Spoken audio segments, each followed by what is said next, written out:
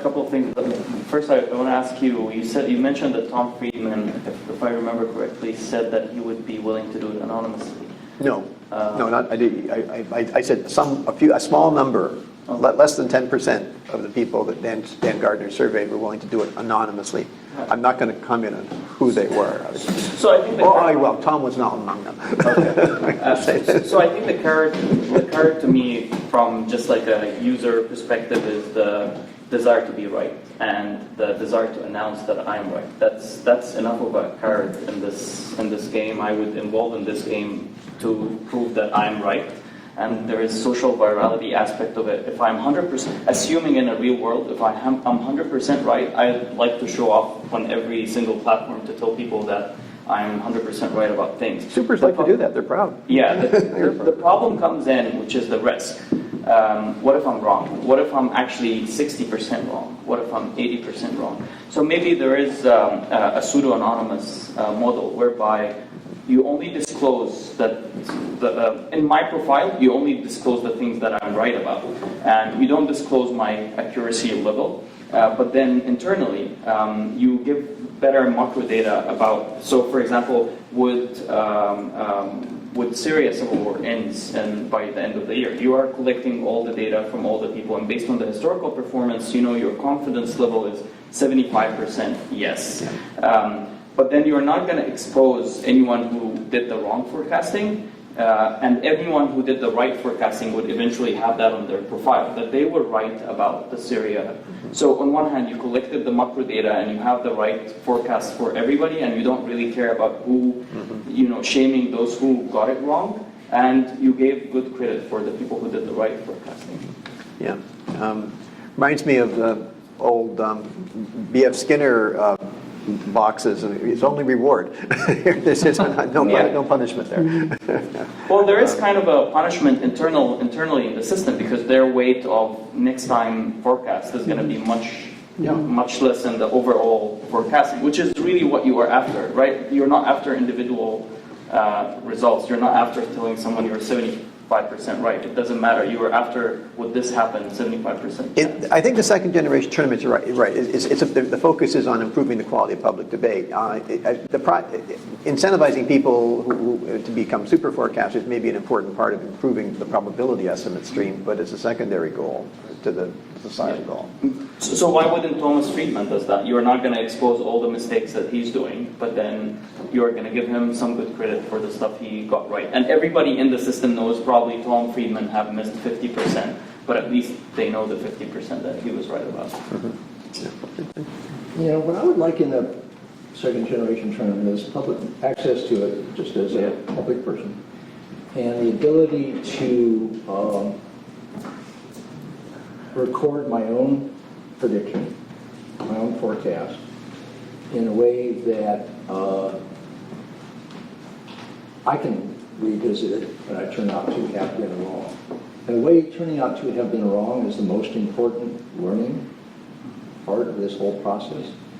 And being comfortable acknowledging that, and then noticing and doing the kind of analysis that these people who become super forecasters go through. Why was I wrong? Oh, I had an ideological commitment. I didn't even realize it, whatever it may be. And maybe I share my rightness and my wrongness with a certain group of people whose opinions I really would like to pool and be part of and show off to, or be proudly humble in front of. Look how wrong I was on this. I think that was because so. So what do you think? But I'd like a place to sort of, without big consequence, try my abilities. I was a professional futurist for 25 years. We did scenarios and all that stuff. I'll bet I'm pretty good, or I bet I'm pretty bad. Either one would be interesting, and I want to do that in a way where I'm forced to be honest with myself. That's a great approach as well. You, in that training part of your regime, that's private, right? I mean, other people don't see the results of that beginning work that they do. Is that correct? Does everyone see everyone's scores? Right. No, it's your model. The only scores that are seen are the top 10%, and then everybody else can remain anonymous. And in the cognitive bias training that they go through. That's just for Exactly.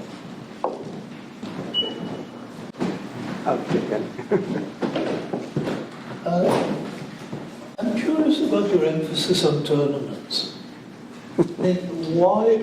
I mean, it would seem from what you've said that an organization could set up the forecasting, whatever the forecasting team selected in some way from among their employees and trained in some way internally and set them forecasting problems. So somehow it seems to me that the emphasis on tournaments is restricted, that there is more to what you're proposing than tournaments. In principle, you're talking about finding people who think reasonably well to begin with, training them to think better, putting them in teams, and putting them to work. Right. So what am I missing? Why are you emphasizing tournaments so much? Well, I think there are different levels of analysis here, and there is a private sector spin-off from the Good Judgment Project, which is engaged with organizations in creating tournaments inside organizations and doing exactly all those things that you described and that we talked about yesterday as critical for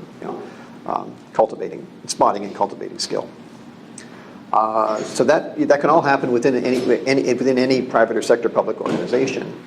The focus here is on a societal level, and I can't think of a better way of crystallizing what I see as the entrenchment, the ossification of status and closed-mindedness that is making policy debate, making it so hard to learn from policy debates, making it so hard for policy debates to be meaningfully cumulative rather than rhetorical kabuki dances that.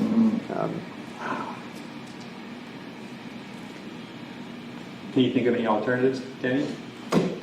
Well, I mean, the issue here is with the client.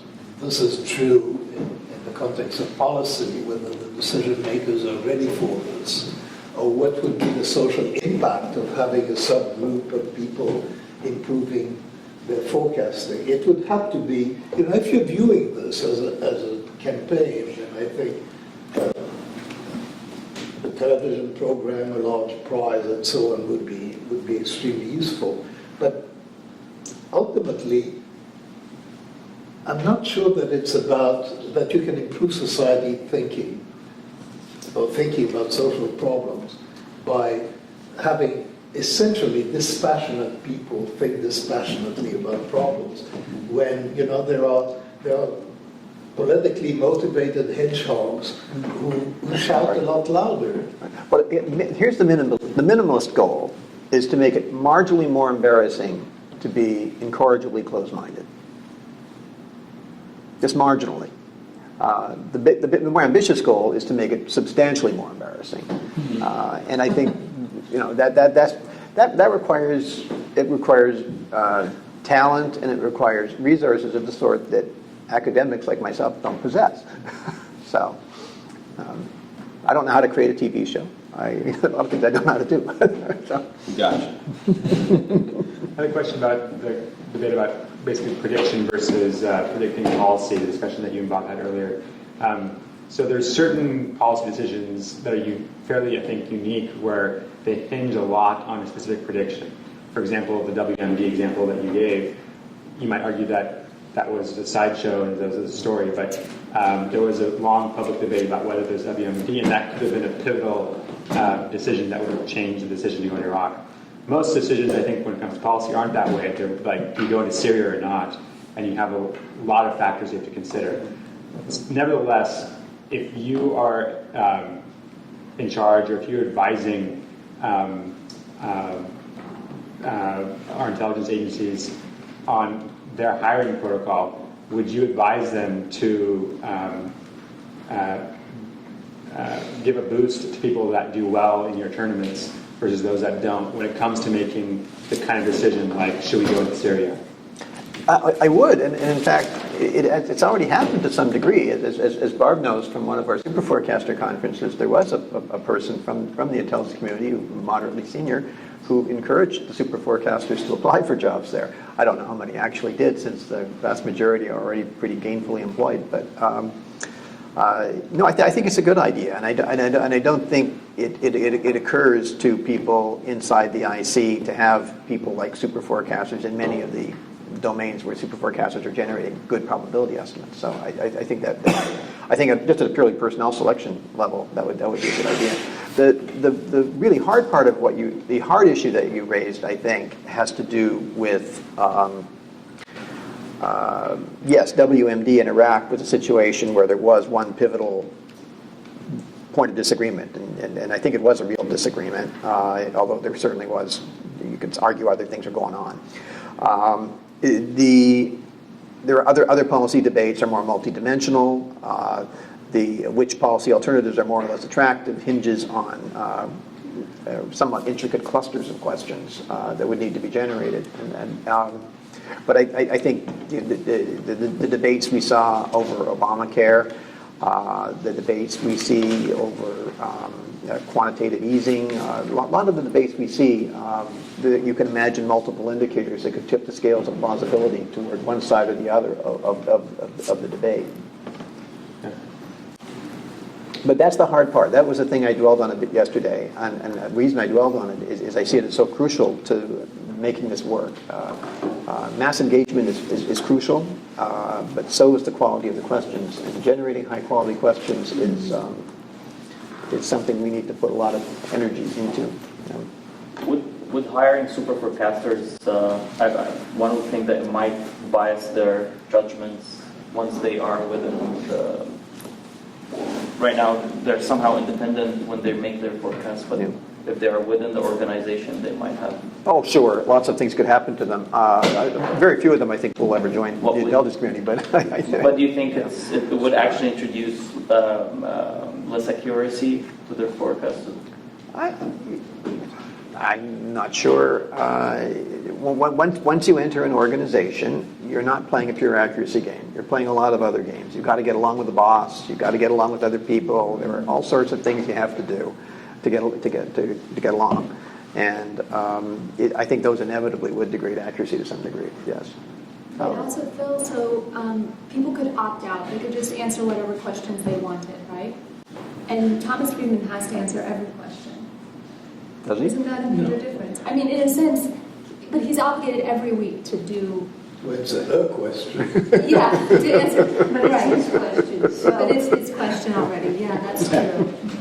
So if they could answer their own questions, it would be like his job. Yeah.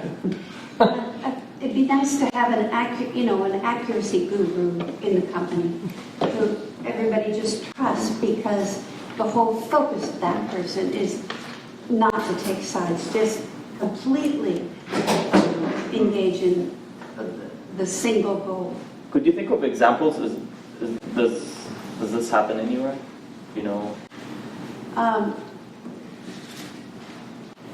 It's hard to. I mean, you hear about stories of there was a guy at American Airlines who knew how to fix everything at the last possible minute when everybody else had given up, and he was 80 or something like that, and people were very upset when he was taken out of the workplace for 3 or 4 days to create this belief network.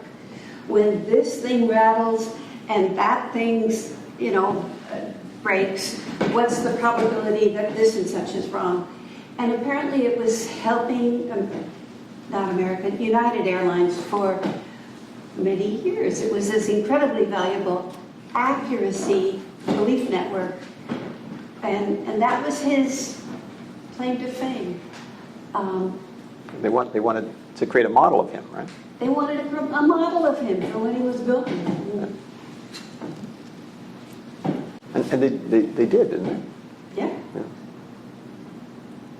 Question I have is difference between doing a forecasting exercise on something one cares deeply about and something one doesn't care that much about, but is interested enough to do research. And And which one do you do better on? Does it help to care deeply? And presumably the most educational is, in a sense, both, and sort of comparing your score on ones you don't care about and are really sort of basically objective, and ones you care deeply about and are basically subjective. And the question is, can you overcome that subjectivity, emotional stance, and all of it using these techniques, and thereby become an honest witness, in a sense, of the world? What have you guys, has the work so far indicated anything of how those two play out? Well, we don't really have data that speak very directly to that. There's an experimental literature, though, that looks at these offsetting motives, the desire to be accurate on the one hand and the desire to reach a specific conclusion on the other. Obviously, caring a lot about the issue is going to motivate you to immerse yourself in material, but if it motivates you to immerse yourself in the material solely for the purpose of creating a biased case for a particular conclusion, that's not going to be very helpful for accuracy. Right. We don't really know this, but there probably is some moderate, optimal level of stress for promoting Super performance. forecasters would talk about this. And remember, there was a question about whether Assad would be in power until date X. And a week or two before date X, people were saying, I can't believe this, but I'm really hoping that Assad will be in power for the next week. So I think I'm losing my moral compass, but, that's random. So the recognition of this tension is step one, I think. So they're responding to the enforced objectivity, surprising them that they care now, that the objective perspective is making cynics out of them, or whatever it may be. It's what I would use as just a public observer if I can record my own votes, my own forecasts. I would be watching for the ones I care about versus the ones I don't care about, to see wrong or rightness plays out over time. And if I'm always wrong or often wrong about the ones I care about, that would be an invitation to adjust at a pretty deep level. Well, that is the big challenge. I'm sorry. Oh, Dean, I'm sorry. So I was told by somebody who I would never contradict, Professor Kahn, that while this might seem a little off, we were talking before, I said, if you step way back from everything from where we started, including your very first comments in the morning yesterday about this extraordinary group of people you've collected, you repeated it again this afternoon, or this morning, they give you 20 or 30, 40 hours a week for $250 prize. I can't help but think of how parallel this, what you're doing is to my collecting the mentors from my first program, which I've been doing for 25 years. And at the risk of sounding like I'm always promoting first, just by comparison, I now have 125,000 of them working with 40-some-odd thousand schools, working with these kids. But even your last few minutes of comments, like, well, I want to make it a competition. Because if they just are hired, if they brought into jobs, you pointed out where I was going was maybe the whole reason you got people that are 20% better than everybody else. In the extreme case, I'm thinking, it has nothing to do with anything you taught them. You found a way to select people that have so much passion, that are already so good at it, that love it so much. Anybody that loves something and does it as a hobby will do better than somebody who you pay to do it, a quote professional, whether it's painting your house. So maybe you're guilty of some of your own biases or not looking at the raw data properly because you've done that. And then even to then parallel continues when you say, well, I'm not sure if we did turn them into professionals. Maybe I'd lose what I got because now they're under the pressure. It's worse than I didn't just find the ones with passion. I now, it's a job. I got to get it done by 5 o'clock. I got to do this with the pressure of the boss. The final parallel that I would, let's say, offer up for you to think about is we have been more than once over the years told that FIRST is going to scale and get into all the schools. We need to start paying people. We need to find. And I am quite convinced, in fact, more than you guys will probably tell me I'm subject to some bias, but I listened to the President of the United States in one of his State of the Unions, and I talked to him about it a few weeks ago. You know, he said, I want to have 60,000 new math and science teachers in the schools. And then you look at why aren't they there? Well, somebody that graduates from college with a degree in English or journalism or whatever can go for various kinds of jobs, which a teacher is probably sadly still less paid than some of the others, but nowhere near as much less paid than somebody graduates with a degree in computer science. So, you know, you say, hey, Mr. President, you can't find 60,000 people, period. You won't be able to afford them to put them in a classroom. Thirdly, what makes you think they want to be in a classroom? They chose to do this. So for all sorts of reasons, we are where we are because we're here. There's a reason. You're not going to fix that. On the other hand, I already have twice that many people. I have more than double the number of people you claim you need that have true expertise in engineering, and they donate all their time free. They're available. They're here. They're working. And they're like your people. I think every one of them is probably doing more for these kids in these programs than anybody you could find and pay because they're passionate about what they do. They care about the issue. They're trying to train these kids. And then finally, you'd say, yeah, but it's not solving the problem. Building a robot didn't help anybody. But your whole point from the beginning was, I want to make a group of people that are better at forecasting, whatever they go do. I would argue that first is saying we want to make kids better at understanding engineering. In order to do that, we've had to attract world-class people in a way that's fun. We didn't say, do a job that has value today. We work hard to make it fun, like your competition.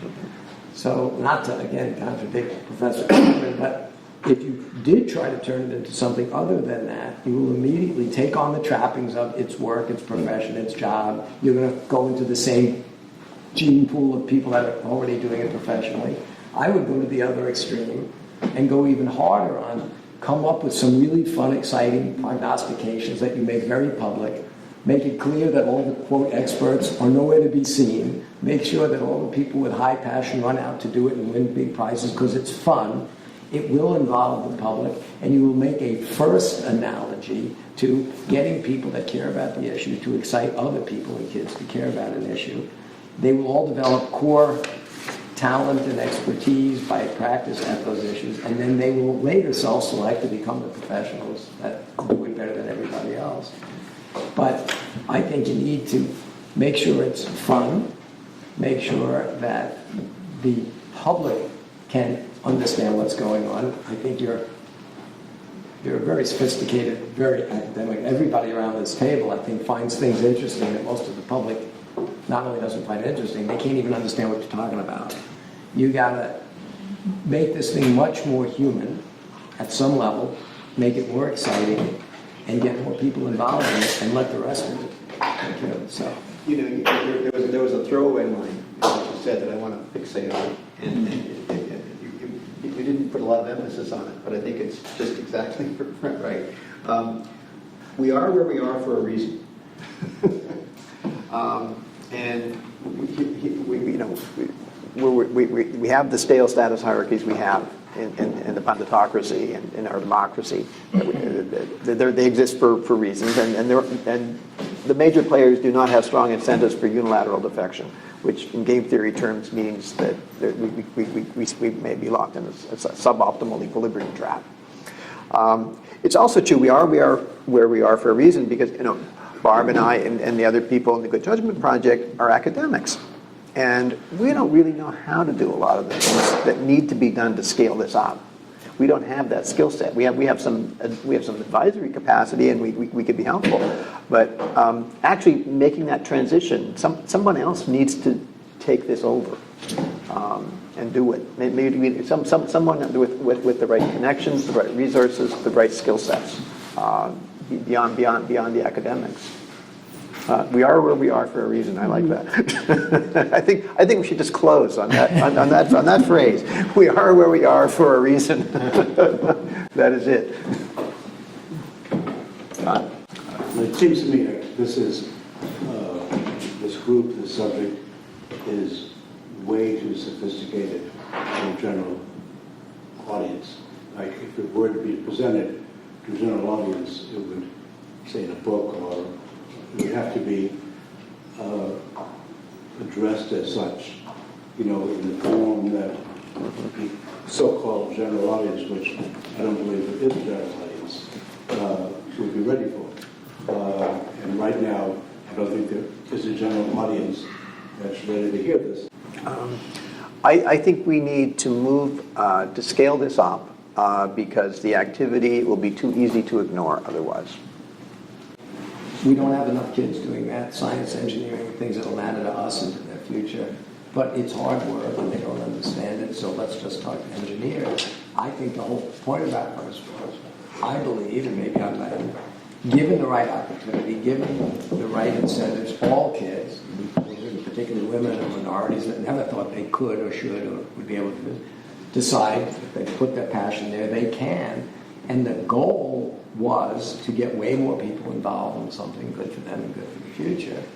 But to do it, you're not dumbing it down, you're just making it available in a way that, sadly, the intellects, you know, in the case of the ivory towers of engineers, never did before. And I think that analogy, again, is the third piece that comes to you. If you want the public to not be supporting people that send them into dumb wars or do policies that are self-destructive in a democracy, you can't just assume the elites will solve the problem. And your whole premise, I think, has been we listen to the ones that are superficially dumb, that always have an easy answer that has one common element. It's simple, it's easy to understand, but its common element is it's typically wrong.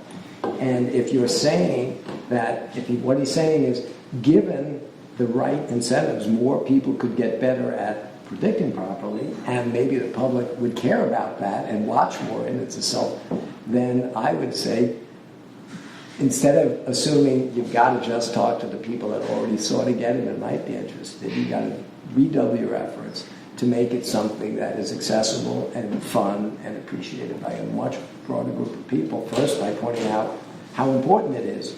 And I don't think that's hard to do. He's saying, boy, if we could predict the future better, well, everybody in the world wants the one thing more than everything else. I want to know what's going to happen to myself, to my kids, to the style. I don't think it's a hard premise to say to people, would you like to be able to predict the future better than you can now? Who's not going to like that? And then, I mean, I don't think you have to keep this thing at an esoteric academic plane in order to get what you want out of it. You don't have to dumb it down either. You just have to figure out how to relate to a broader group of people. I would say, I would agree with most of what you said. I wouldn't use the word elites. I would say odd, interesting people. Okay. Well, I mean, I think you look at the audience for existing punditry, and it's ravenous. I mean, people watch the shit all day, every day. Everyone has MSNBC on. All they're watching is people giving opinions, and people also love competition.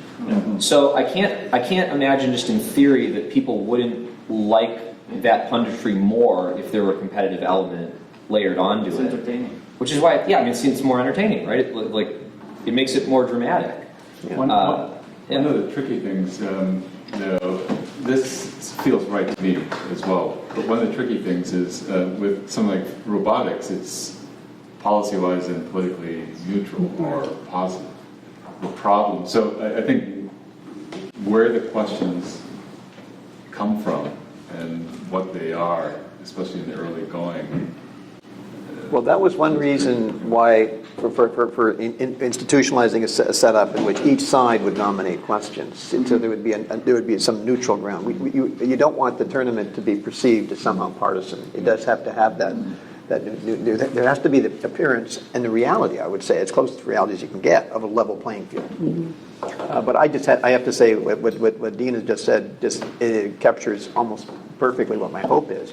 And I see no better note on which to close. Okay, Phil. Thank you.